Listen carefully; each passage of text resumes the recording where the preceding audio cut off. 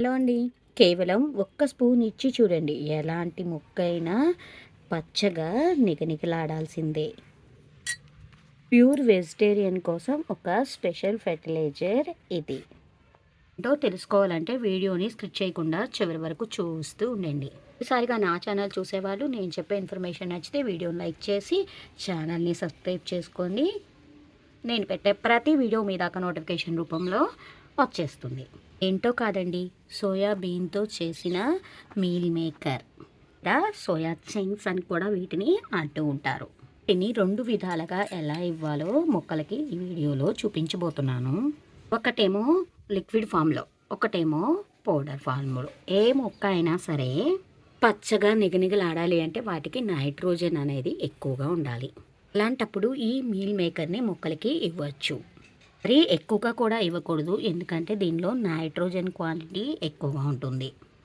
Phosphorus, potassium కొంచెం తక్కువగా ఉంటుంది. కాబట్టి మొక్కలకి ఏది ఎంత కావాలో అంత మోతాదులోనే ఏది అవసరపడుతుందో అప్పుడే ఇవ్వాలి. ఈ సోయాబీన్ చక్స్ని నేను మిక్సీ వేసి పౌడర్గా కూడా చేసుకున్నాను. ఇక్కడ ఒక విషయం చెప్పాలనుకుంటున్నాను. ఈ మీల్ మేకర్ని మిక్సీ వేసేటప్పుడు మిక్సీ బ్లేడ్లు కొంచెం విరిగిపోతాయి, జాగ్రత్తగా చూసుకోండి. తిప్పి ఒకసారి అటు ఒకసారి ఇటు తిప్పి వేసుకోవాలన్నమాట. మరి ఒకేసారి చేసేసారనుకోండి బ్లేడు పాడైపోయే అవకాశం ఉంది. ఇక్కడ నేను ఫైన్ పౌడర్ చేసి ఇక్కడ పెట్టుకున్నాను. వీటిని మొక్కలకి నేను ఎలా ఇవ్వాలో కూడా ఇప్పుడు చెప్తాను. ఇప్పుడు ఈ లిక్విడ్ ఎలా ప్రిపేర్ అయింది అంటే, మనం ఫుడ్ ప్రిపేర్ చేసుకుంటాం కదా, ఆ సోయా ఇవి ఉన్నాయి కదా మీల్ మేకర్ని, ఇవి మనం ఫుడ్ ప్రిపేర్ చేసుకునేటప్పుడు ఏం చేయాలి అంటే, ఒక హీట్ వాటర్ తీసుకొని గోరువెచ్చని నీళ్ళల్లో ఇవి కాసేపు సోప్ చేసి ఉంచాలన్నమాట. తర్వాత మనం ఫుడ్ ప్రిపేర్ చేసుకునేటప్పుడు పిండేసి వాటిని ఫుడ్లో వేసేసుకుంటాము. ఆ వాటరు ఇదనమాట. అలా ప్రిపేర్ చేశాను ఈ వాటర్ని. ఇక్కడ ఈ వాటర్ నాకు 1 గ్లాస్ వరకు వచ్చాయి. నేను ఏ రకంగా ఈ వీటిలో సాల్ట్ అవి కూడా ఏమీ వేయలేదు. నేను నైట్ ప్రిపేర్ చేశారనమాట.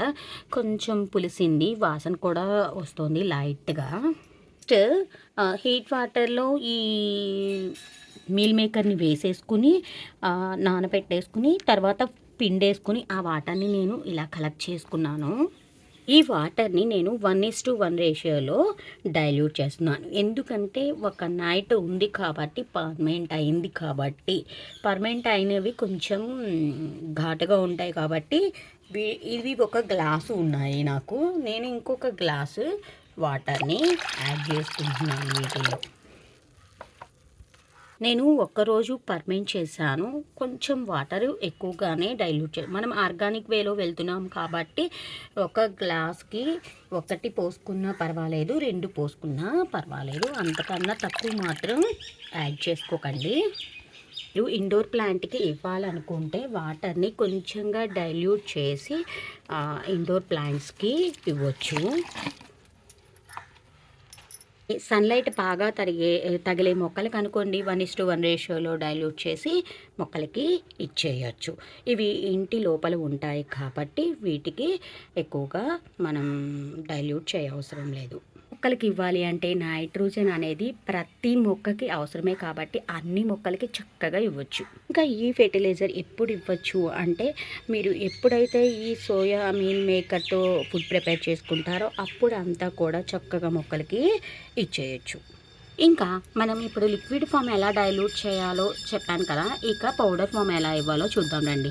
బిల్వపత్రం మొక్క బాగా డల్ అయిపోయింది. కార్తీక మాసంలో ఈ లీవ్స్ అన్నీ కూడా మనం తీసేసుకున్నాం కదా, పూజకి వినియోగించుకున్నాం కదా. కానీ వీటికి నైట్రోజన్ చాలా అవసరం. ఎందుకంటే నైట్రోజన్ ఇవ్వటం వల్ల కొత్త చిగుళ్ళు రావటం మొదలు పెడతాయి. ఫెర్టిలైజర్ ఇవ్వటం వల్ల ఆకులు చక్కగా గుబురుగా వస్తాయి. మనం ఏ ఫెర్టిలైజర్ అయినా ఇచ్చేటప్పుడు మట్టిని ఇలా చక్కగా లూజ్ చేసుకొని ఫెర్టిలైజర్ ఇస్తే చక్కగా రూట్స్ అబ్జర్వ్ చేసుకుంటాయి. కొన్ని టిప్స్ చెప్తున్నాను, దయచేసి క్లిక్ చేయకుండా అలా చూస్తూ ఉండండి. ఏదైనా ఇలా మొదటిసారిగా మీరు ట్రై చేస్తూ ఉంటే, అంటే నేను చెప్పినవైనా లేకపోతే మీరు ఎక్కడైనా చూసి ట్రై చేస్తూ ఉంటే కనుక ముందుగా ఇది వేసేటప్పుడు కొంచెం కొంచెంగా వేయండి. ఆ మొక్క దానికి అలవాటు పడ్డాక మీరు మోతాదుని పెంచుకోండి.